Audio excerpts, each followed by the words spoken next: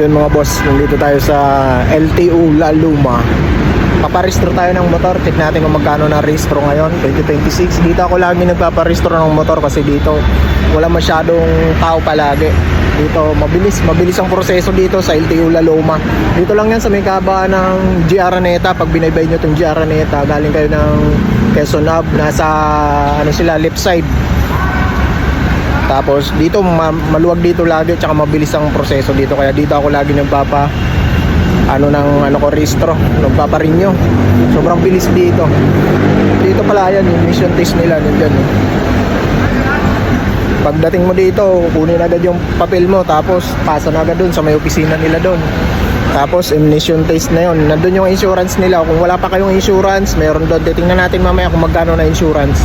Wala pa kayong insurance mga boss, nandun yung insurance niya, pwede kayo kumuha. Medyo mas mahal dito compare doon sa iba, sa mga Cebuana o sa mga Cebuana ayoko nang kumuha kasi minsan laging offline yung nila doon.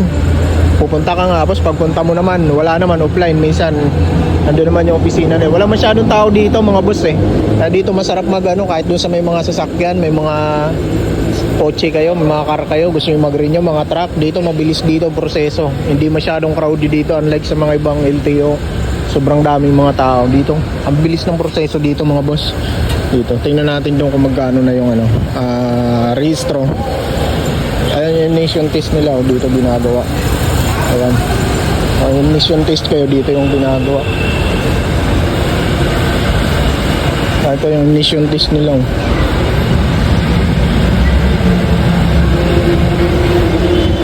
Yan yung price list ng emission test nila. Nakita niya mga boss kung magkano. 650 pag private UV, SUV. Pag motorcycle 600, tricycle 550, truck 850. Yan yung kanilang emission test. Yan, kung gusto ko yung mag-renew ng dito kayo pumunta mga boss. Mamaya tingnan natin kung magkano na yung insurance doon. Yan yung motor natin mga boss, Suzuki Boardman Street 125. Ayan, dito ko rin yan pina-change owner. Dito mabilis mag-change owner dito basta complete papers na kayo. Sa mga nagtatanong pala kung paano ang proseso ng change owner. Dati kasi nagpa-change ownership ako dito. Ang pinakauna kong punta na ako dun sa may SPG. Kaya lang ang record ko pala is sa Bulacan. Kaya pumunta muna ako dito. Dito ako pinapunta, pinakuha muna ako ng doon para makuha yung record natin dun sa Bulacan. Tapos pagpunta nyo dito, na kayo nun, emission test na kayo nun, tapos kukunin na yung mga code ng motor nyo bago kayo pumunta dun sa loob.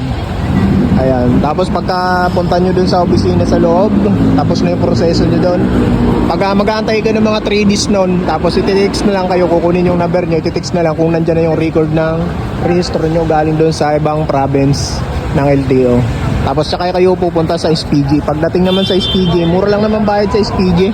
Nasa 300 lang ata binayaran ko noon nung pumunta ako sa land bank kung babayaran sa SPG. La Luma SPG rin ako noon pumunta doon sa SPG dyan sa La Luma. Bilis lang din ang proseso noon. Tapos pagka punta mo sa SPG, balikan na naman dito. Tapos yun, paprocess na yung bago mong rehistro na nakapangalan sa'yo. The Transportation Office La Luma. Tapos yun pagka antayin mo lang, nakapangalan na yun sa'yo. Okay na yun, ganun lang naman, mabilis lang. Basta complete papers. Siyempre kailangan ng deed of sale nun.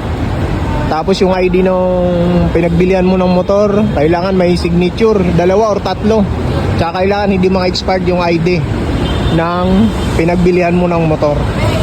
Mga boss, ayun lang mga boss. Tapos paano nyo yun, attorney? Ano bang tawag doon? Notaryo. Kailangan naka-notaryo yung deed of sale nyo bago kayo pumunta dito sa LTO o sa SPG. Okay mga boss, yun lang. Kuha tayo ng insurance. Inaantay ko pa yung kasi inaantay na may salang to doon sa emission test. Ayun mga boss, nakasalang na yung motor natin. Ayan, emission test na tayo. Ano lang, simple lang. Nakasalang na sa computer. Diretso na yun dun sa computer nila. Okay, bilis ng process dito mga boss. Kaya dito ako lagi nagpaparehistro kasi sobrang bilis dito.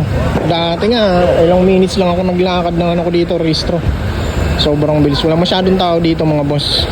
Napakaluwag ng LTO na to, LTO La Luma. Ayun, LTO La Luma District Office.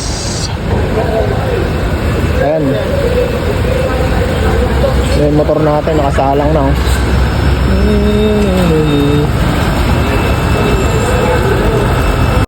Yun mga boss, tapos na tayo magparehistro, pauwi na tayo. Yun palang binayaran natin sa emission test is 600 pesos. Sa insurance natin is 800 pesos. Tapos nagbayad tayo sa counter ng 260 pesos. Yun po lahat mga boss ang kabuuan ng binayaran natin. Computein nyo na lang kung magkano lahat. Yun mga boss, salamat sa mga nanood ng video natin. And shout out sa lahat ng mga users ng Suzuki Borgman Street 125. Mag-iingat kayo palagi. And sa lahat ng mga ka-riders natin, mga motorista, mag-iingat kayo palagi. And God bless. Peace out.